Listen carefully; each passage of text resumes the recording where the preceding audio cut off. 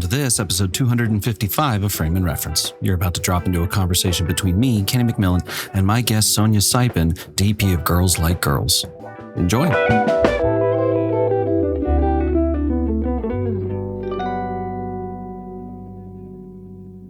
Are you mostly shooting overseas now? No, definitely not mostly. But a good amount. I don't know, maybe like it depends on the year. Yeah. I mean, the industry's just been changing so much. I was in LA for 6 years. Then, I'm from New York originally, came back here. And I was going to be bi-coastal, but then it was like COVID, and I still have my apartment over there. But it's just the vision didn't exactly pan out the way I was hoping it would. And then like things started slowing down in LA. But New York, the industry here is all very different, very different. Like for me, it was a huge culture shock, specifically in terms of work, set culture, just like also the logistics of working here. And then more and more, is shooting abroad now. And I work with like some directors who are, DGA, and then they have to shoot abroad if it's non-union, Right. Things like that. So, Besides, but yeah, I did. Yeah. Oh, no, go ahead. No, go ahead. I was going to say I shot like my first couple like features that, were micro budget, abroad. And yeah, I mean, it's kind of the best. I feel like I've gotten so lucky. Just everywhere I go, I just kind of walk on. It's just this like well-oiled machine. And luckily I get to work with usually like the best of the best in town. And I do feel like there's maybe like a work ethic sometimes that is, pretty impressive in other places, or just like a little bit of a different work culture where, like, especially like the art department will just like the production design will be like, oh yeah, totally, we could do that. Whereas like we're so ready for them to say no. Yeah. But yeah, in other countries, it just feels like there's kind of like a can-do attitude sometimes. Yeah. That's come up a few times actually, how now that we've exported, first we exported the culture, got everyone excited to potentially in a pipe dream somewhere work on films. And then we're like, actually, we're bringing the show to your town. And now in Croatia or wherever the hell, there's like really good, not well worked, but like, well practiced. I don't know what you want to call it. Crews everywhere, Spain, bucket, anywhere. And that's kind of cool outside of just less work here. Yeah. No, it's thriving. It's thriving. But of course, my ride or dies are kind of, still in the US. And the dream is to be able to just always kind of take them with me everywhere, but not always possible. Yeah. Except for like ripping darts every 10 minutes, what's the difference between the New York sets and LA? Oh my God. I mean, growing up here, obviously it's just, even just living here, it's just hard. Like, I don't know why people do it. I probably wouldn't be here if my family weren't here. Getting groceries is hard. Like just getting anywhere, hanging out with a friend, just like all day activity. So it just like translates in a similar way to film, I think. I mean, I think LA is kind of just one big film set. Like everything was almost like built to facilitate this craft. There's always somewhere to park, and here it's like there's nowhere to park. I got very quickly was introduced to the idea of hampers and how like the gear is in like hotel type laundry hampers basically. Yes. And that's how it's transported. You can't work off the truck, which is like always what I had been doing in the beginning of my career. The weather, it's cold, it's slushy, walk-ups, just like, you're on the 4th floor of just you can't get anything through the staircase, and you just have to load in for like 4 hours. So just like fundamentally a different landscape.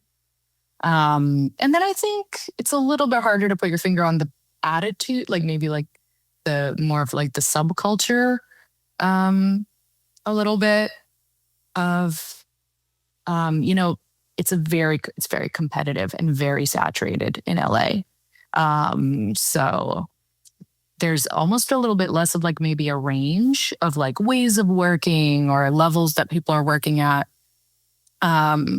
where you kind of walk on, you know what you're going to get because you just have to be like work a certain way and be at a certain level to compete.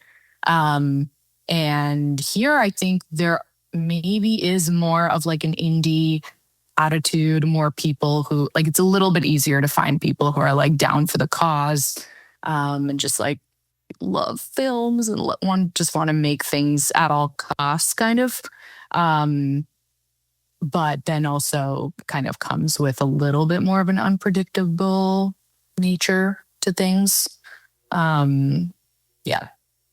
The thing that I've been told, I worked a few gigs in New York, but they were like indoor documentary interviews, so it wasn't like you know, anything too terrible.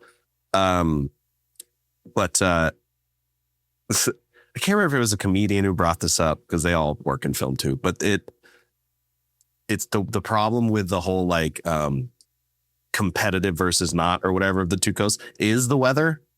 Because in New York, you're reminded of time passing. So you want to work, you'll take a whatever gig because today I don't have one. Whereas here in LA, it's like, well, it's sunny and nice again. You know, I think I will go to the beach. I deserve this day off. And then 3 years have passed and you're like, I didn't do anything. Okay, time to think harder. Yeah, maybe. Gosh, I don't know. I felt like it was so nonstop when I was in LA. And then here, I mean, your some CV days, is you know, impressive. you don't leave. You've done a lot of work. Thanks. Yeah, it's time flies. Time flies. It's so weird to be like, oh, how long have you been doing this? Oh, I don't know. A decade. Fuck. Yeah. Yeah. The other thing I've noticed about New York have you shot film? Yeah. A bunch, right? As much as I can convince people to let me do it. Yeah, but I've noticed that anytime I see, and I think it might have something to do with the architecture and just art direction of New York, it seems like anytime there's like a 16 millimeter short, maybe it's the proximity to Kodak, but it's always in New York. No one is shooting film in LA. Maybe a little bit. Or Atlanta or whatever. You know, it's always New York.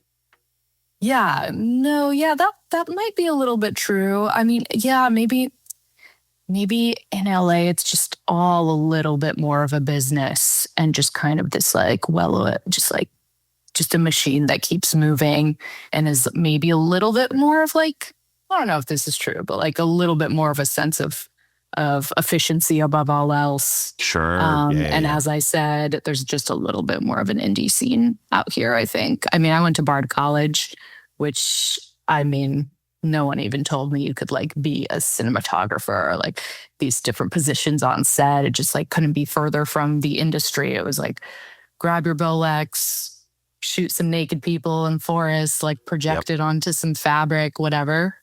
And that's true art. Yeah. Really, that's real. That's the real stuff. Sometimes it was true art. But yeah, I think especially like upstate and there's some more like, you know, industry adjacent kind of little circles where people are doing things. Yeah. What was the path from like painter to Bard to AFI?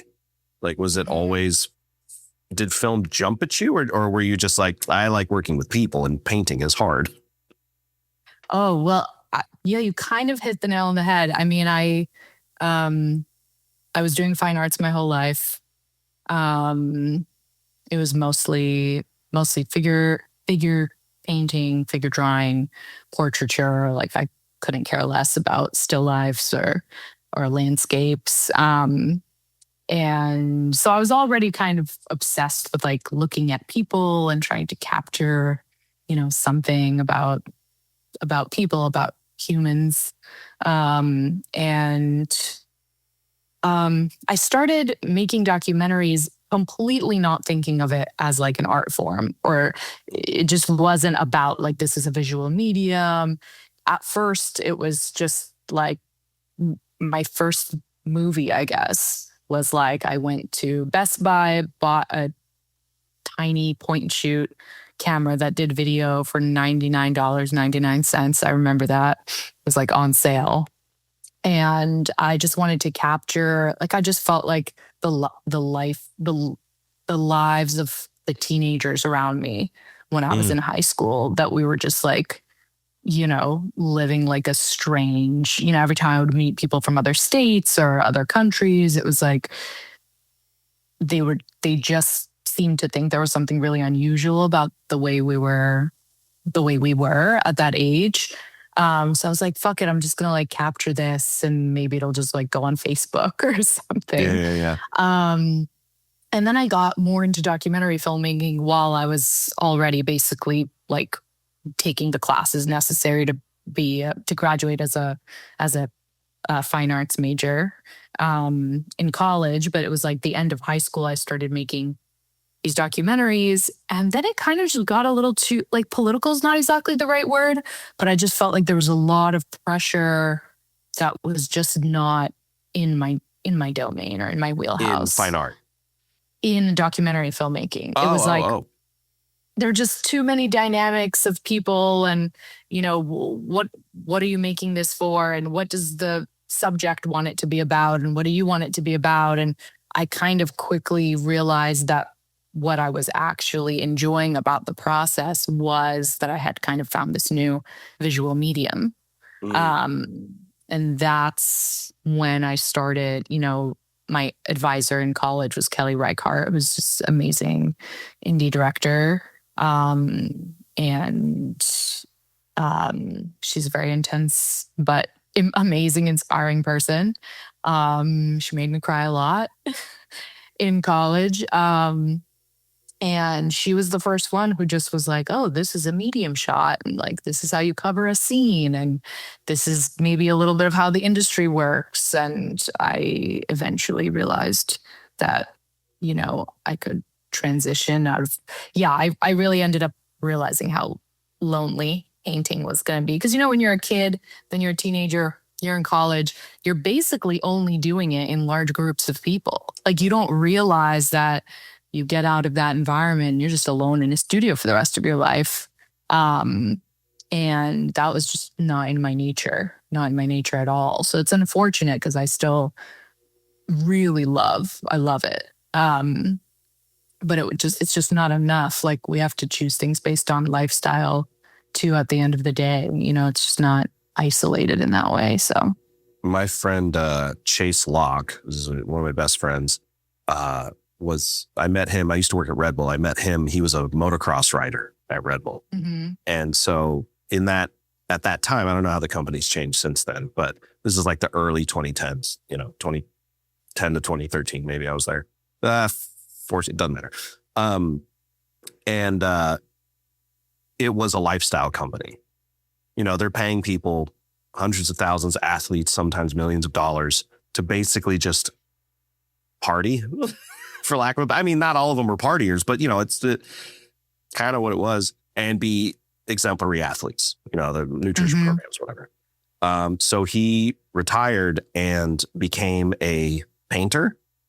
I find out later that he'd been doing graffiti his whole life. And now he's doing these like 15 foot by 20 foot oil, like really, really thick oil paintings with like a lot of texture and stuff based on his like working on the street a lot and stuff, and they sell for crazy amounts now. And wow. Just you saying that makes me go like, yeah, see, he found the lifestyle first. Like, he's got his whole friend groups and stuff, so he can paint whenever he needs to isolate and then go off and be a silly goose whenever he wants. Whereas I imagine if he were to come at it from the other direction, he couldn't suddenly go play hockey and be a motocross rider after isolating for 30 years, Yes. And becoming successful. No, that's a good point. Because he's successful at both now. He retired of motocross, but still. Yeah, That's an interesting no, thought. you have to find that balance. I mean, in many positions in film, but like especially as a DP, I think, and directors as well. There are moments, I mean, you eventually get to a point where you like finally start to hesitantly say no to jobs, which Mhm. took me a very, very long time. But because that's like really the only control we have, we can't really control what jobs we're going to get, but we can kind of try to shape maybe the trajectory of our career just a little bit with saying no, which is really, really hard. Especially when you But need when the you start, cash. yeah, exactly. And you don't want to feel like you've just been like unplugged from the world. No one's expecting you anywhere. Like spiritually also, it's really hard to have that time in between when you start saying no to projects. And I think it's so important to like diversify just what you do with your days. Just being into other things, because I think that I think there are absolutely some like just like film buffs who just like live and breathe film and just watching movies in all their spare time. Part of me And, wishes I was that way. A small yeah. part, but still part of me. Yeah. I mean, my dad, he's a set designer for theater. Oh, sweet. Or he's kind of retired. But, he's pretty successful, like traveled all over the world, throughout my life. And he always joked like, yeah, I work in theater, but I hate theater. Mm. Like he never went to the theater really, which is, I mean, a very intense version of what we're talking about. I'm not like that, but there's something to be said about like how much value there is of bringing in other things. DPs are like, we're kind of therapists where there's like philosophical elements to it. There's just like you have to experience things to understand, what is the script about. Just have to live life, and you just become better by kind of expanding your world a little bit. So Yeah. that's really important to me, I think. Yeah, you become like those experiences. I think if you are the person who only watches film and your only visual vocabulary is film, or even emotional vocabulary is film, it's almost like the chat GPT problem of it becomes an average of all the inputs. And if you literally only watch the Criterion Collection, your average is probably very highly tuned, but also like you might not be so in tune with the average person. I've run into that a bunch where people want to talk to me about like their favorite Tarkovsky film, and I'm like, brother, I've seen Solaris. I've Mirror maybe, but Yeah. I'm not like so dialed into. I thought you were a filmmaker. I'm like, I film. I make film. Yeah. I mean, don't get me wrong. It is important, obviously, to just kind of have this like base foundation. Yeah. Obviously, when people food bring groups. things up, it's yeah. And I go through phases, I think, where that is my pastime. But I think there are a lot of other things that you want to be able to bring to the table. Well, I think that speaks to your aforementioned CV as well, because that's like I said, like a really large group of like diverse music videos, diverse commercials, narrative stuff. Like it did not surprise me after looking at just your website that like making a Deftones video with the guy who made Saw came relatively before cute lesbian not rom-com, but like dramedy type thing soon after. Totally. No, it's interesting. It's hard not to like just in some ways connect it back to like being a woman in the industry a little bit. It's not something I like hyper focus on. It's It's an kind of element. yeah, but it's an element. And I think what happens is, you know, you might have just some interests or kind of like visual, yeah, like visual preoccupations or capabilities that just have nothing to do with like what the industry wants you to be. Mm-hmm. But then I also just like love working with women, love telling like women's stories, but I also didn't necessarily come in with that on the top of my mind of like what I want to do. I actually wanted to tell also stories of about people that were as different from me as possible. So even like early on, in grad school, we had to make like a short film, like a 3 minute. It's called an MOS. It's like without dialogue, 3 minute short film on 35 millimeter.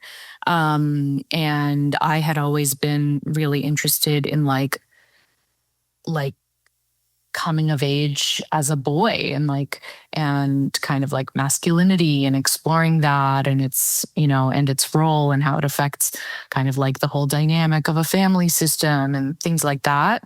um so yeah, it's kind of cool because it just created this range of, oh well, I get pulled into these things because I have this perspective where I can speak really honestly to kind of women's experiences, or non-male experiences.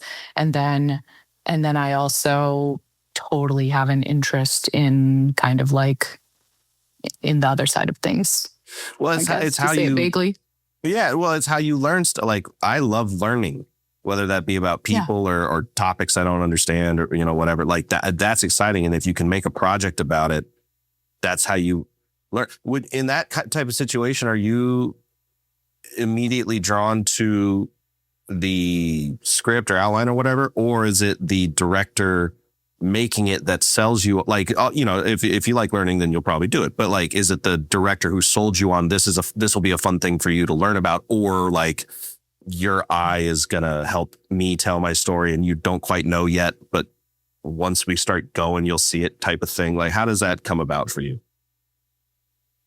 Repeat the question again. Yeah, that was a terrible question. No, I like it.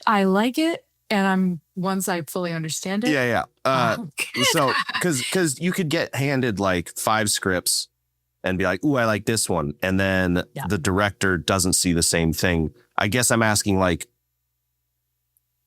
does the script excite you more, or does the person you're potentially going to work with for months or hopefully, not hopefully, but days? Man, I really need to hammer down. I need to start simplifying my thoughts. Director or script, which seems to do you gravitate towards more? Yeah. No, I got you. Most directors, I think, in a perfect world, they're trying to make their own things that they write, especially in the narrative field. And that, I think, is most people's best case scenario, because in that way, or in that case, the script and the director are sort of this unified thing, rather than, okay, here's a script that came from a different source. Now the director's coming in to direct it, and now it can go in so many different directions because their voice is not already baking in. I mean, a lot of scripts, you already feel, what is the music going to be like? They're kind of talking about, they're including clues about camera work, about just the mood and tone and the pacing. Everything is coming already through the eyes of someone who's imagining it coming to life in that format of moving image. So that's like best case scenario. But of course, it just depends on the project. If I really don't resonate with the material, You know, it's not that like, I just usually would feel like it's almost like a selfish decision to try to just work with the director because I want to work with them if I don't feel like I have some sort of like unique perspective, or that I feel like especially connected to this particular project. So I have definitely in the past kind of been like, hey, I'm dying to work with you, but like that, you know, I'm not sure that I'm like gonna serve this one the best. Yeah. So that does happen sometimes. Yeah. I was just talking to a guy who'd worked on, he was the AC on a handful of Fincher's projects. Like he did The Game and Seven, I think. And, you know, I'm a big Fincher guy. I think all men my age tend to be. He made all his real ripper films, right? You know, when we were growing up. And so, you know, I was like, what's the, you know, what'd you learn? And anytime I've spoken to anyone who worked with that guy, they're always like, Jesus Christ. But going back to your idea about like when to say no, it was, his thing was basically like only pick projects that you know you can give 100% on. Mm-hmm. You know, it's the flip side of no. Absolutely. You don't just, you could say no to whatever, but saying yes to informing what you would say no to, I found very compelling. And I think it's that thing like, yeah, you know, Fincher comes around and goes, I want you to shoot my movie. I'd be like, ooh. And then I look at the script. I'm like, I will fail. I'll blow this. Well, I can't, you know? Yeah. You know, there's like this saying of like, know how deep the pool is. Okay, sure. Just like, oh, you're doing like a toilet paper commercial. And, you know, I've not been very good at that generally. Like I'm always just like have like some psychotic level of like, of bushy-tailed hope about what the project can be. I'll you know, whatever it is, I'm just like, oh, but it's like fucking black and white and we're gonna do this. And I just like find something. And that means that, yeah, I do have to be careful because I do, once I'm on, I'm just like completely giving sometimes too much maybe of myself to the thing. So I yeah, often, you gotta preserve your energy a little bit. Yeah, I often imagine a lot of times, especially in documentary, but Lord knows everything else, where it's like that Bugs Bunny scene where he's on the train, but he's laying the train tracks as the train's moving. Yeah. It feels like that a lot. Exactly. Did the, I noticed that like in a lot of the music videos you've made, there is like a similar touch to them, which sometimes people are like, I never want to make anything look the same. And then this one's like, oh, you can tell there's a fingerprint. But then I watched the music video for Girls Like Girls and I was like, holy crap, they really just made a long form version of this that's polished. Was that just your style matching her vision, or were you guys like, all right, we're gonna literally just make this longer? You know, people, 165 million views on YouTube, that'll make a movie. Right. Well, I feel like to kind of speak to this idea of like, are you a chameleon type of DP, or, you know, do you like kind of put your mark on everything? And because some people are like, how do I know what should I hire you for if this is too diverse? I don't know what you do. Right. You know? Right. No, it's I think we don't have that much control over which type we are. I mean, there are a lot of people I really admire where, whoa, their range is just incredible. And I still think you can have like a big range of what you're capable of as someone who has, you know, a pretty like recognizable like voice. But it's just something I've never been able to control. Like people just always say like, oh, I knew you shot that from the moment. Like, you know, I didn't have to see the credits to know that you shot that. And it's not conscious. It's not conscious at all. And so, I mean, I look at things and I'm like, oh, but those things are totally different.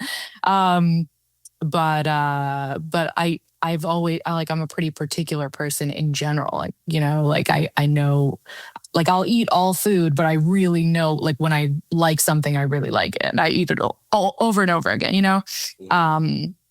So I think that kind of translates into the work. So yeah, in terms of the music video, I mean, it was like a song, music video, and then she ended up writing a book. She was trying to make this movie for like a decade almost. And Haley, sorry. Yeah. Yeah, I didn't say her name either because I wrote it down, but it's on my computer and I'd have to scroll up and I didn't want to break eye contact like a jerk. Yeah. And try to find Haley it. Kiyoko. Yeah.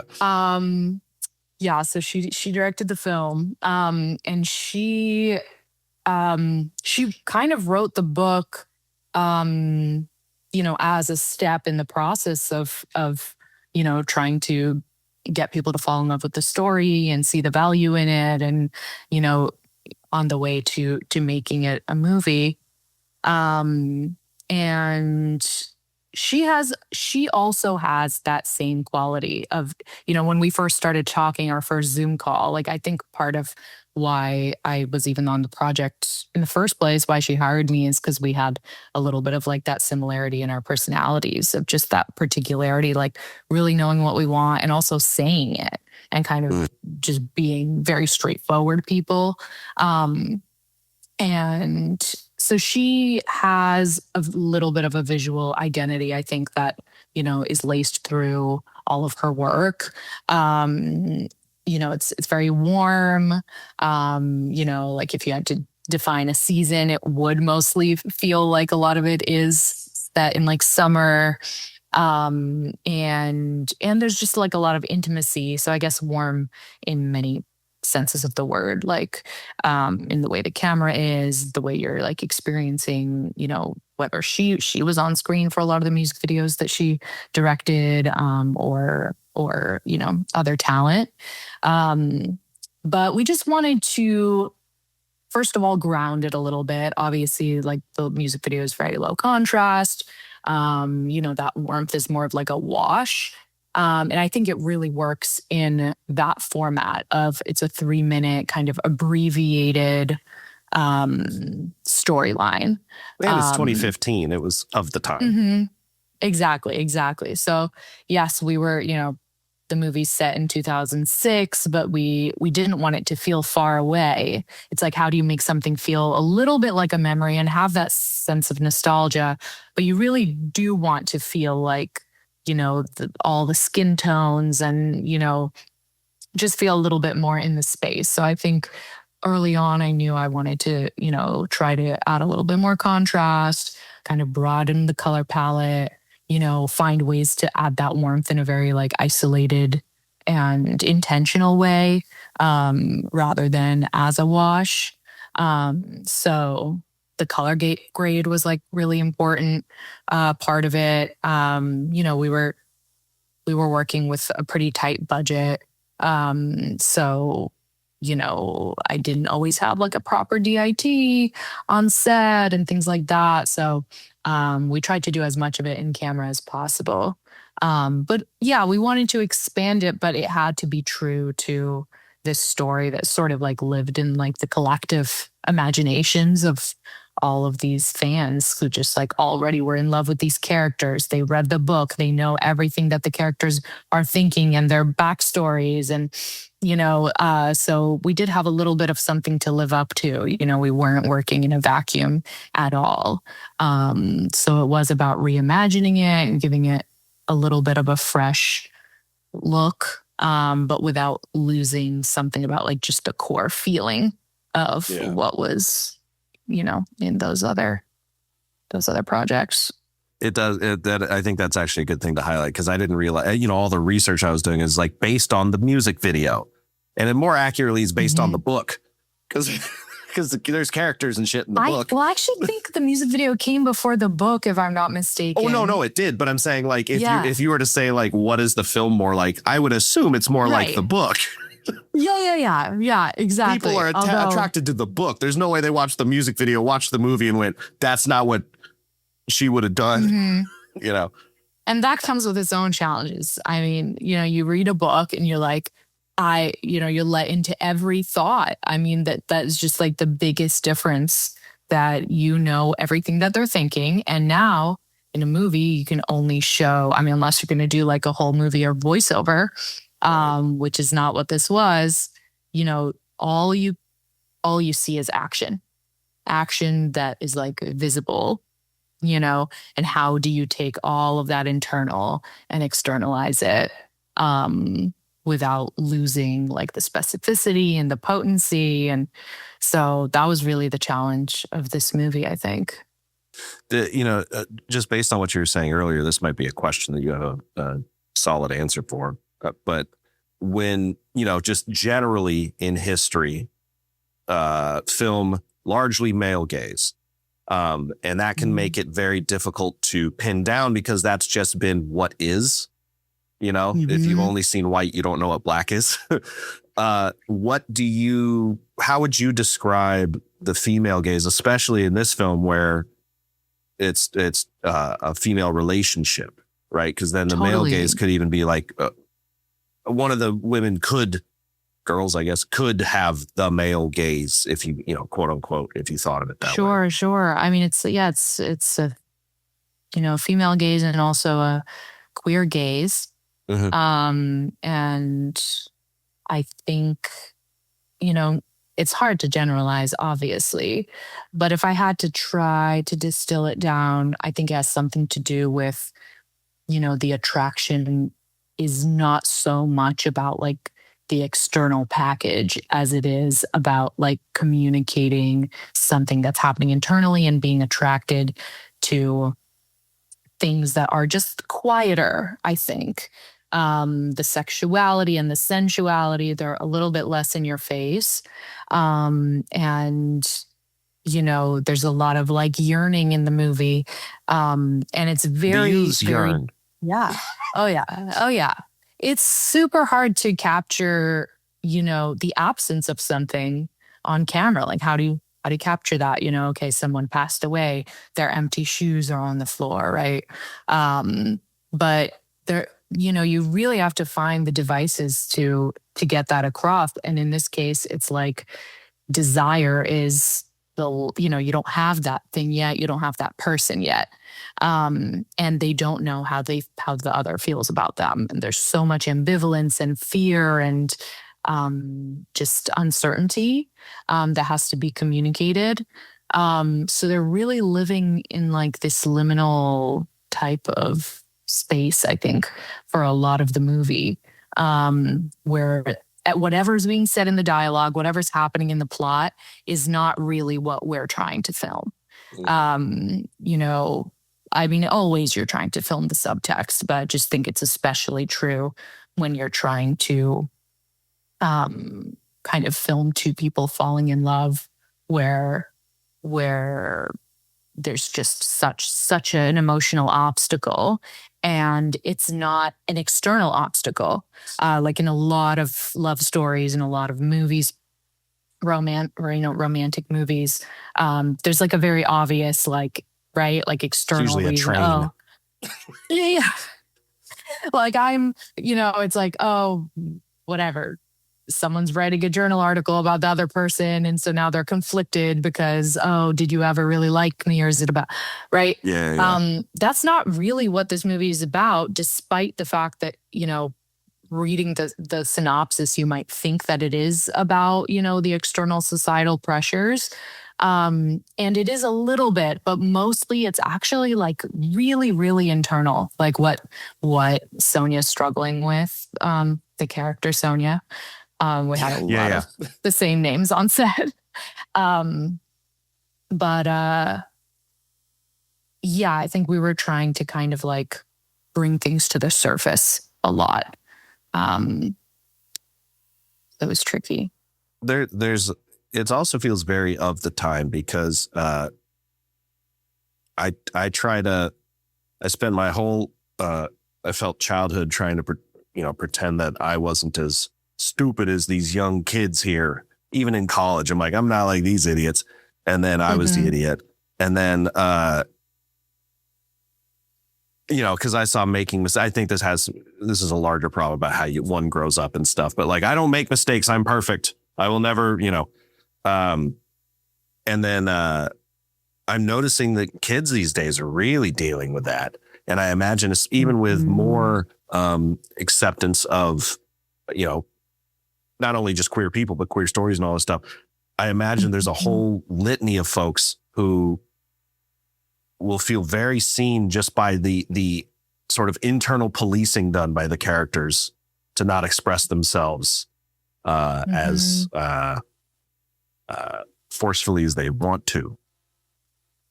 Yeah, I think it's kind of like I think that's something really special about this movie is that it doesn't politicize a subject that, you know, always has or very often has like a strong political edge in movies. Right. Where it's just like all about the message. And And also that's very just not surface what this level. movie was about. Not Right. subtextual at all. Right. And always very tragic. That's something we talked Yeah. about a lot is that we do not get happy endings in these queer films. And we wanted to find a way to have that be honest and have the ups and downs on the way there. But it doesn't always, you know, end in tragedy. And that was really important for Haley to kind of have that represented. When I was doing my research, I found this not weird. I found this weird because I found it. What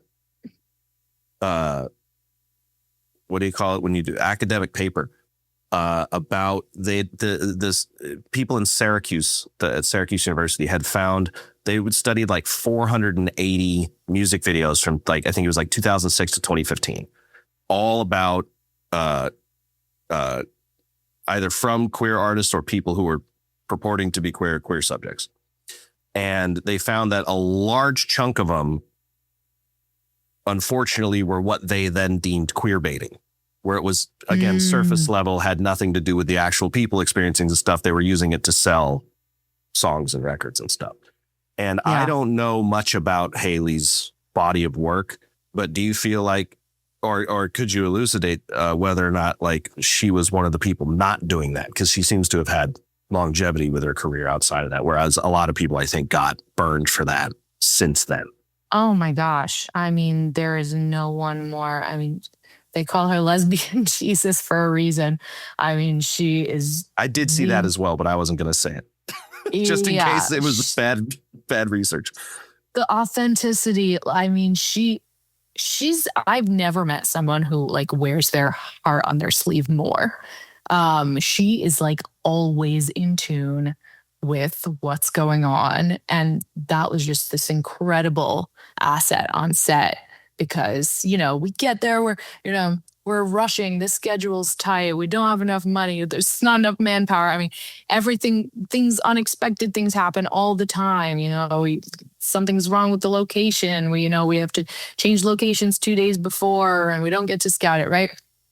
And it's so easy to just turn off your emotions and just try to turn into this like efficiency machine where you're just executing. And that just doesn't work in filmmaking. There's, you prep as much as you can. We created like as much of a roadmap as possible of kind of like getting to the core of what's happening in every scene. What's the action? What do they want? And what's the feeling? And it was something that we could go back to. But ultimately, you just have to be in your body because emotions literally happen in the body. They're not a concept. And so when you're filming it, I mean, we would do takes and she would just be like, I don't feel it. Change it. Do it again. And I loved that she wasn't prescriptive about it. It was just it was really special. Like that I had to also meet her there, because there was no formal or like formulaic solution to the problem. It was just that for whatever reason, like that camera movement and like maybe something about the lighting and then things, from other departments, something was just like not quite clicking to make you just like feel that, that thing in your gut.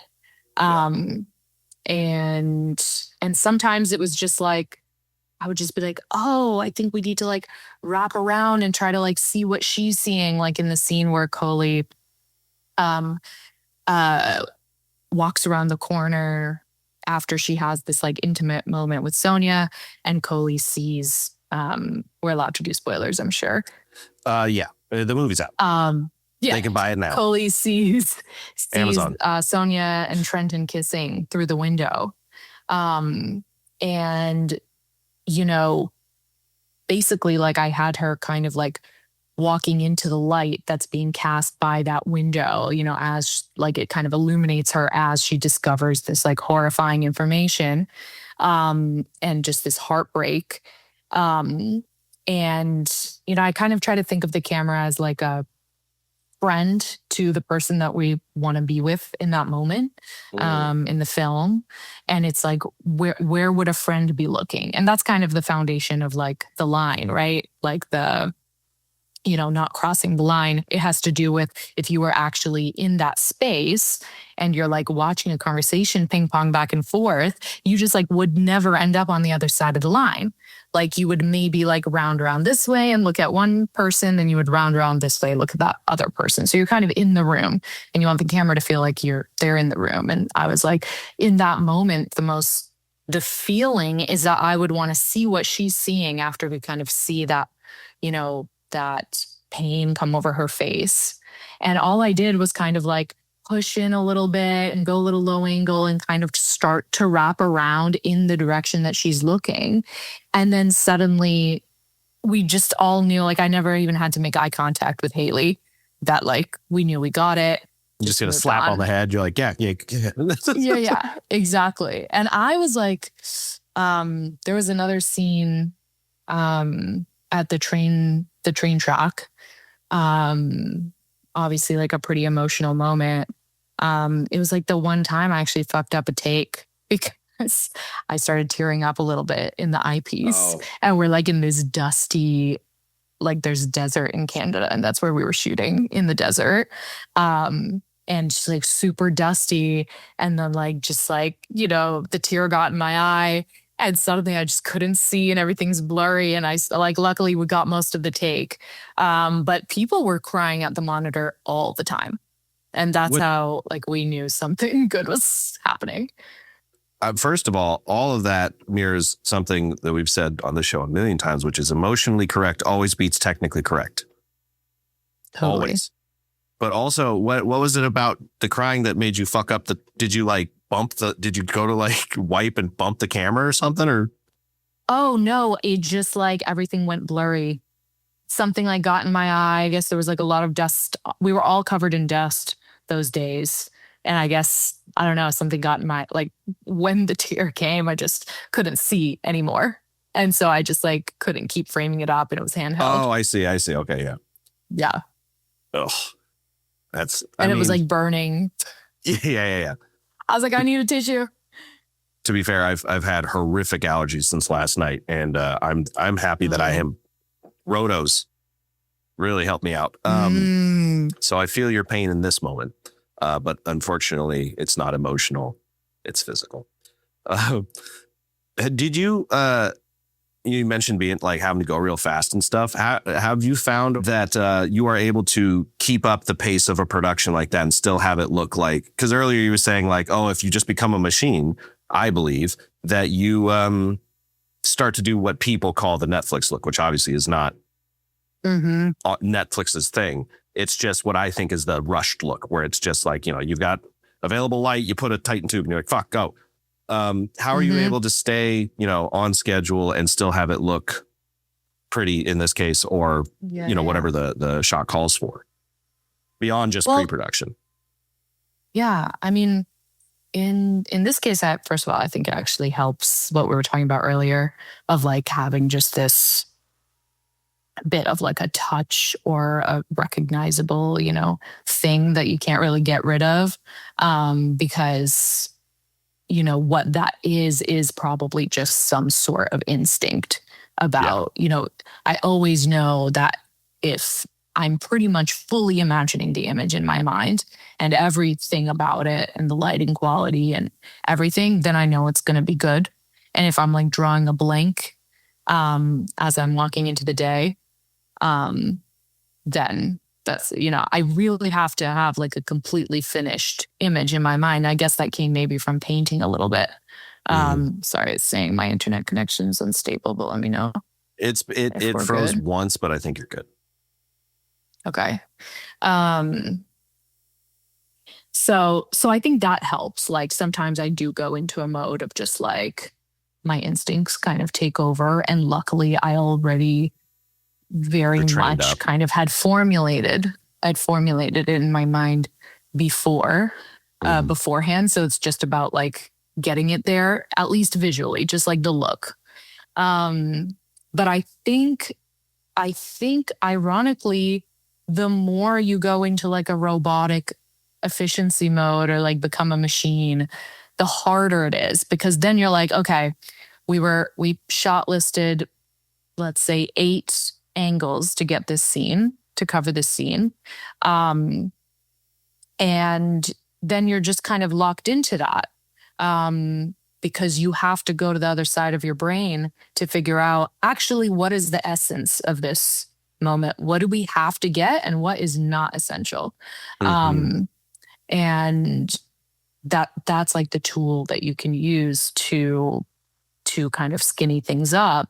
And, you can't do coverage in those moments. In fact, like, and it's like this beautiful thing that happens actually. Like sometimes the lack of time is what makes you get that much more specific shot that is saying something much more particular to the scene, because you don't have time to cover everything. And you're like, I know that in that moment we're going to be in this like high angle centered shot. So I actually think it is about somehow in the chaos of everything, holding on to just actually being affected by what we're shooting, I mean, you saying that makes me think like there's been a number of times where I've maybe wanted to try something new, or I was like, this is my new style, this is going to be good. And then I'll try to force it on a scene, or again, it's largely documentary. So a lot of times it'll be an interview or whatever, but I'll try to force a look on a frame that then I end up taking forever trying to make that work. And you just turn everything off and turn on the one source and you're like, yeah, that looks great. Shit. Like should have just listened to the room. No, that's the other side of the coin for sure. You cannot, like, you've got to, the ego is just, and we've all been there, it just gets in the way. Like, if the sun, like, yes, of course, we want consistency. We want to, kind of craft everything from scratch. But if you're shooting something and you only need to be shooting it for 20 minutes and the sun comes in perfectly, I am not going to be that person who's like, no, but, like reset. Yeah. I think, and simplicity. Absolutely. I mean, everything being motivated by one source, and in a perfect world, it actually being one source that's perfectly placed and then augmented, bounced around, etc. That is kind of always the goal. It's not realistic for every type of scene. But I'm always kind of going for this like naturalistic, motivated look. Even when it's really stylized, I'm trying to keep it in that world where we're not like, where the fuck is that light coming from, Mm-hmm. Do you, what things carried over from painting and which have been completely different? Because obviously lighting, you go to a wonderful museum and you can see where all those influences came from. But I imagine there were different sort of like compositional rules or anything like that didn't quite match. Well, I think like in painting, you don't have, there's no production designer. There's not like you're putting everything that's there, you're putting it there. And so I noticed early on when I started shooting that I was thinking about light almost like an object, like a set element. that could create new geometry, new shapes, like completely change the nature of like the composition of the space. And that's, I think, why I fell in love with just hard light and using it in so many different ways. And I'm very particular about certain units that I have on pretty much every job. The units that I want to use with no diffusion, not being bounced, just like as raw as possible. I always need to have like a few units that can be used that way where I feel confident about the quality. And then everything else, I'm like, it's fine if we're like double breaking it or whatever. It can kind of be, gaffer's choice. Well, that's what we ended up shooting, like using almost entirely tungsten for our bigger units on the whole movie, actually. That's that's the gold standard. It doesn't always make sense. It's not always right. But Haley right away was like, we were looking at images, but sometimes we would look at images and she would be like, yeah, I love that. Like I made so many hundreds of pages of lookbooks. I would like present them to her. And she would be like, oh, I love that. I love that photograph. But, basically that, but just a little warmer. And it's like already a pretty warm image. So she really, really loves warmth. And that was kind of a non-negotiable. So I was like, okay, obviously at that, like we don't even have to color correct the tungsten to make it kind of work in this world. 6500. Yeah, right. Orange. We did sometimes. But no, I think, so tungsten is like the gold standard, but, I love HMI Fresnels or, maybe the next step down. Not a huge fan of M series for that purpose, but obviously they're super punchy and helpful, but I don't love like the shadow quality. And because I kind of use these sources direct somehow in the frame, oftentimes it's not the key, and nor is it like a splash of something on the back wall, which I think can be really cheesy that we all try right away when we first start out. That look, here's where I think that look comes from. And it is early 2000s behind the scenes interviews on DVDs where they have them in some room and then there's that it's gobo. The side angle too. Yeah. You know what I'm talking about? Like the second angle and then there's, yeah, like the window pattern. Yes. But the conference room pattern. I do love like, using like the beam itself as like the motivation for a softer key or, skip bounces. I love, you can just totally change a space, when the architecture is just not serving you or what you want. Or serving in general, as they say. Serving, exactly. Good for me. I know the lingo. You might have to cut that part out. No, I'm leaving that. You know what? I'll leave the rest of me just absolutely eating shit on questions too. Yeah, did that answer? Yeah, no, honestly, one of the main reasons why I wanted to ask, you already touched on it, was that I have not been afraid of hard light, but, especially, I'd say I'm early midway through my career. So it's like I'm in that mode where a lot of times people don't want to hear what my opinion is. They want what is safe and works. They're like, that's not. And so right now it's starting to become more favorable, but there's certainly a large contingent of folks, at least here in LA, like you're saying, bit of a machine, where it's like, no, just give us the big soft source, neg, hair light, like don't. And I'm just trying to find ways to like squeeze hard light. But I think the big one is the skip bounce. I think people need to start. Yeah. It happened accidentally on this documentary we did in West Virginia. And it was like coming up and kind of lighting this dude's elbow and giving him some scratch back here, which normally I would add some like low scratch, like just intentionally. And one of the directors was like, yeah, this is nice. I like this. And I was like, we could have added that. Okay, whatever. It's fine. It's fine.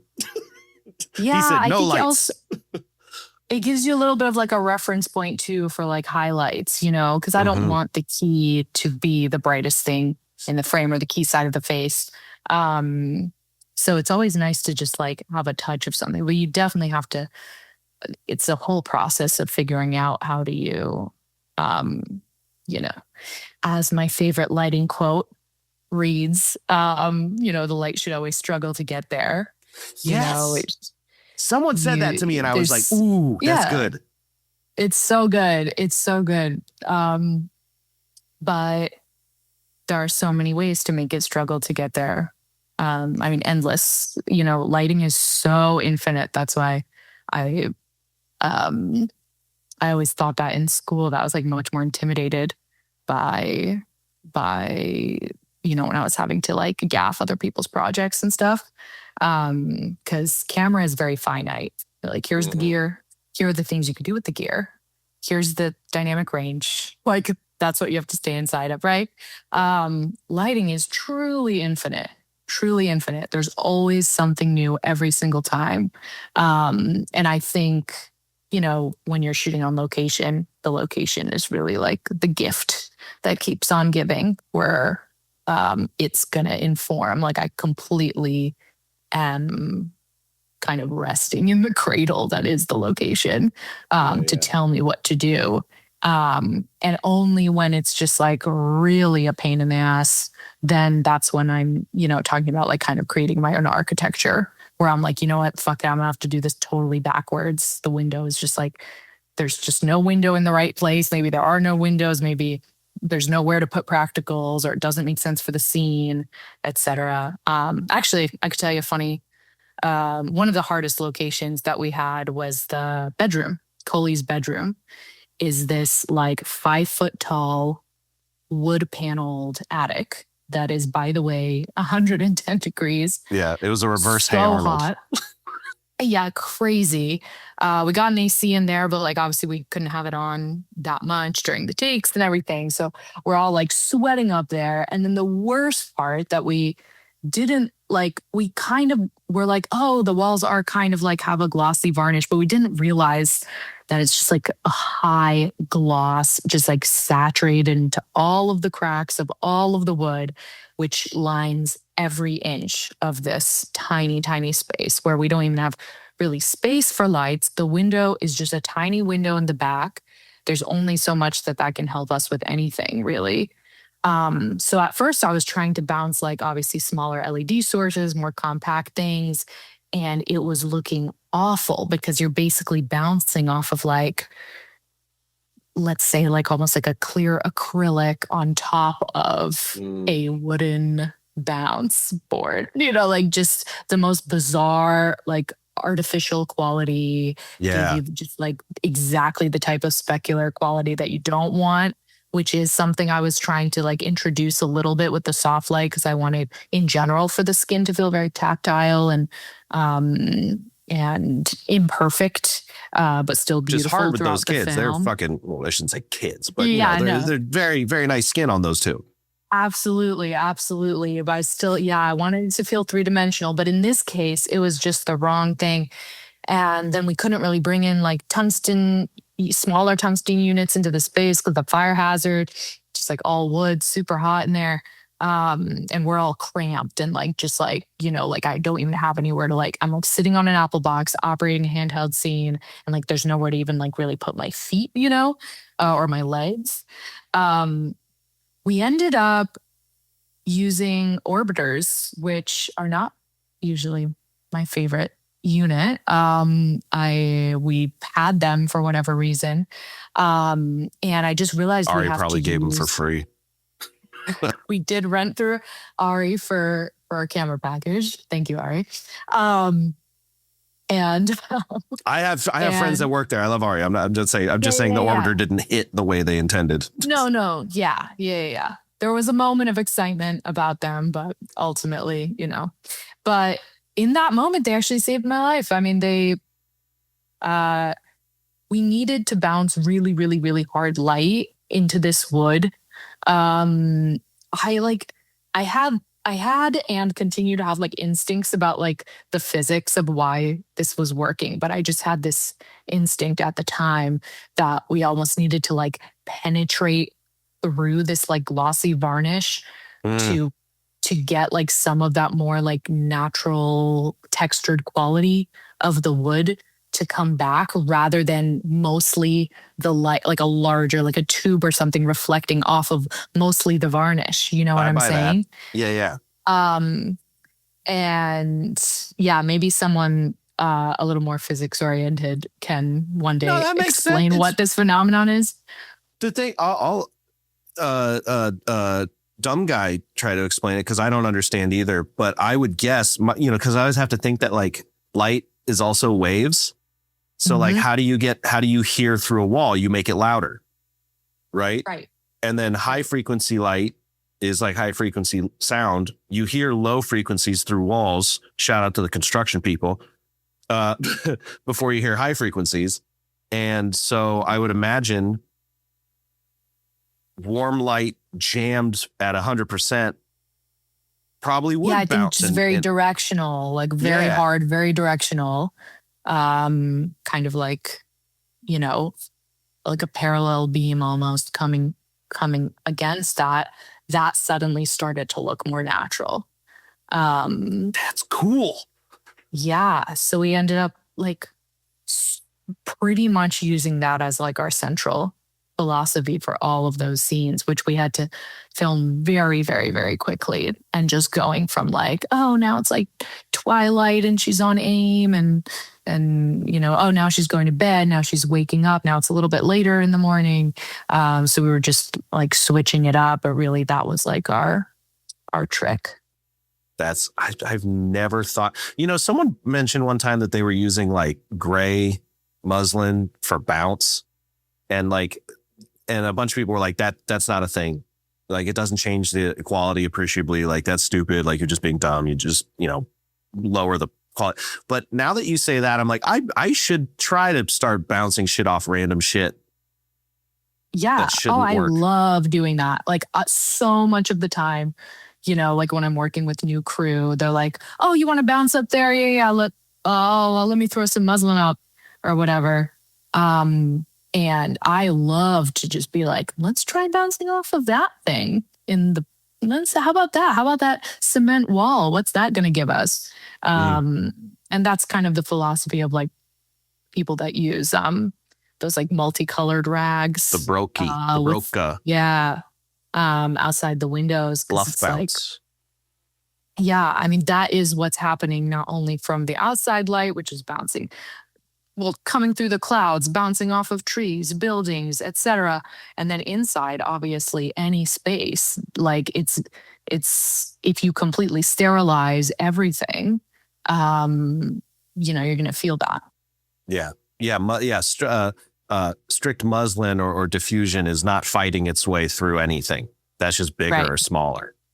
Right. Yes. Oh, I like this. This is good for my brain. I'm going to think about this for a while.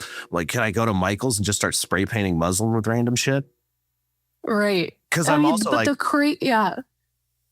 craziest thing is just that you cannot predict. Like I could have never predicted that was going to be the particular situation. There's just always a new, obstacle or like a new set of circumstances that's informing this totally new way of lighting. And I'm less of one of those DPs that like has this like kit of things that they use over and over and over, other than just kind of like the types of units that I feel good about. But I like to just like evolve all the time, so that you can keep kind of using those unexpected things, those surprises that come at you. I'm the kind of nerd that really, not that I'm like slavishly like, oh, it has to be this way because it's correct. I've long ago learned, again, technically correct, not good, but those mechanisms still exist inside of me. So my first thought is now like, all right, it's not too late. I can go to Michael's. I can get random spray paints, bounce a light into a muslin painted, and then see what the spectral, because I have a color meter, right? I could see what the spectral response is and see how close I can get to like real light based on the paint used. Yes. Like if I see it's deficient in like green or whatever, just spray some green in there and see if I can't bump that up.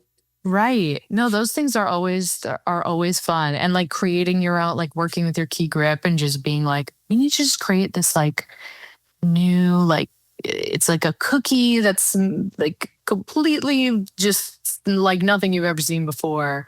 Or I mean, Not when the we did blobular one. reshoots, yeah. Oh yeah, I hate that one. Yeah. No, I'm always creating my own cookies. And then we did reshoots for the bedroom scenes with just like inserts, and see if you could spot Haley's hand here and there, as Coley. Hopefully, I'm allowed to say that. And we had to find wood, like plywood, that was like a similar stain, and then with like a similar, I guess, amount of like glossy varnish. But then at the same time, we didn't have the same units, and we didn't have like any money for the reshoots. So that was interesting. Trying to recreate that was super difficult. That's so Just good. like the circumstances, if you think about it, because the whole place is paneled. So now everything that's like coming and bouncing from anything else is still bouncing off of that same wood. It's very, very small space. Yeah, it was very tempting to want to, oh, we're on a stage. Now we can just actually light it normally, but no, it's never going to look quite the same. So now we have to limit ourselves and do it in this like backwards way, you know? Yeah. But would you say that if you did it the other way, did you prefer the look of the lacquer bounce, or would you have preferred to do it completely controlled? I think once we figured it out, I was like, oh, we would have never come to this conclusion. That's kind of the magic of it, right? I think that's fine. Yeah. I think that's good. And But also, I think people can it was tell. a pain in the moment. Yeah, sure. Yeah. But I think the audience can tell, and they Yeah. don't seem to, at least today's modern audience doesn't seem to enjoy when you've manicured the look so precisely, even if you are replicating something that did happen in reality. They'd rather see the reality. For sure. I think audiences are really sensitive. Really sensitive. I mean, you mentioned like the Netflix look or whatever. Even when I'm shooting, like going for a very like clean or controlled look, that's why I always go back to this idea of motivated light and like style within naturalism, whatever that means. Like with I don't know if you saw like the Yeah Yeah Yeahs music video. I did. The first couple scenes where she's like, shout out Britt Lower with the husband. Yeah, oh, I love her. Yeah, I think I'm always looking for like an unexpected way to do something. I interrupted the part where you said what you're talking. So it's the beginning when she's at the dinner table.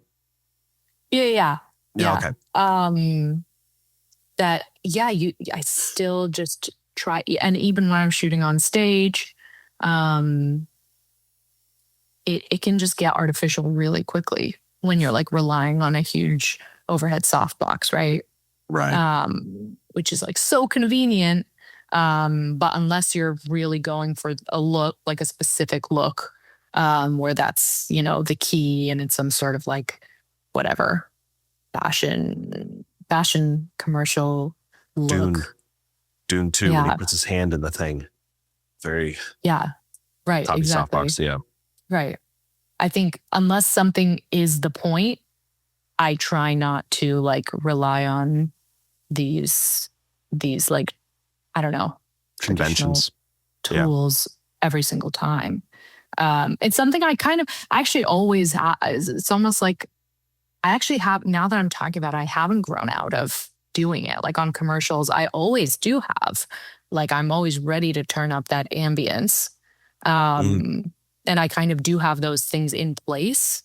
But more and more, I'm not having to use them.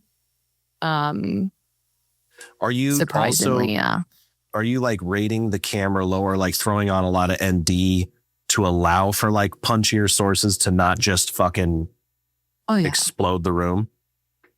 I mean, always it's the goal to, I want to be a solid like 4 stops above what we need at all times, in a perfect world. But I mean, on the movie, that was like certainly not possible. I mean, the 20Ks, there were times for sure where I was like, yep, I thought this might happen. They're not quite enough. But we're going to make do. But I would occasionally have to be like a stop more open than I wanted to be, which is actually very heartbreaking because I think that aperture is just like not ever something that should be a result of exposure. I think exposure should be a result of where you want those settings to be. But at the end of the day, you know, just like we talked about, I think a lot of times it ends up being for the best and something unexpected happens and it works out. Like I really trust like when the movie gets a life of its own sort of throughout the process and you just have to like surrender to all of the things. Yeah. But yeah. Yeah. To your point about aperture, I was messing around with this last night because I've had it and I never used it. And I just bought a Leica, so now I'm a real DP. Nice. But the Canon AE1, the auto exposure is only the aperture. Yeah. I had no idea. And so I was like, what do you mean I set that? This is just going to change on me willy nilly. And I was like, no DP would use this. Their brain would stop functioning. And mine did. Hate that thing. Yeah. My first film camera, I actually lost it somewhere. Never to be found again with my first lens ever. Helios like 552 or whatever. Oh, like really? 55 millimeter. This is a very long time ago. Mine, weirdly enough, was a Mamiya RZ67. I still have it. And then for college, my uncle sold me a Nikon F2. And those were all my film cameras. My sister gave me that. And then I finally got this fucking guy. And now I'm very happy. Cool. It is very cool. Congratulations. Well, honestly, it's just the same size as my X100. And I was real sick of not carrying around. I have all this film in my fridge and I never use it because SLRs are too big. Yeah. Oh, I have so many. I have so many rolls of film. Yeah. Sure. Yeah. Just in many different fridges, in many different apartments, and I get texts being like, "Are you ready for me to do something with this?" And I'm like, "No, I'm holding on to it because I have like gone in and used it here and there." But yeah. Yeah. Well, I have dominated your entire afternoon with the reschedule and everything, so I'll let you go. But it was phenomenal chatting with you, and I hope we can keep in touch and have you back on soon. Absolutely. Thank you. It was great. Appreciate all your great questions. Thank you so much. I did my best. All right. Take care and enjoy the rest of your night. Take care. All right. Good night. Frame and Reference is an Albot production, produced and edited by me, Kenny McMillan. If you'd like to support the podcast directly, you can do so by going to frameandrefpod.com and clicking on the Patreon button. It's always appreciated, and as always, thanks for listening.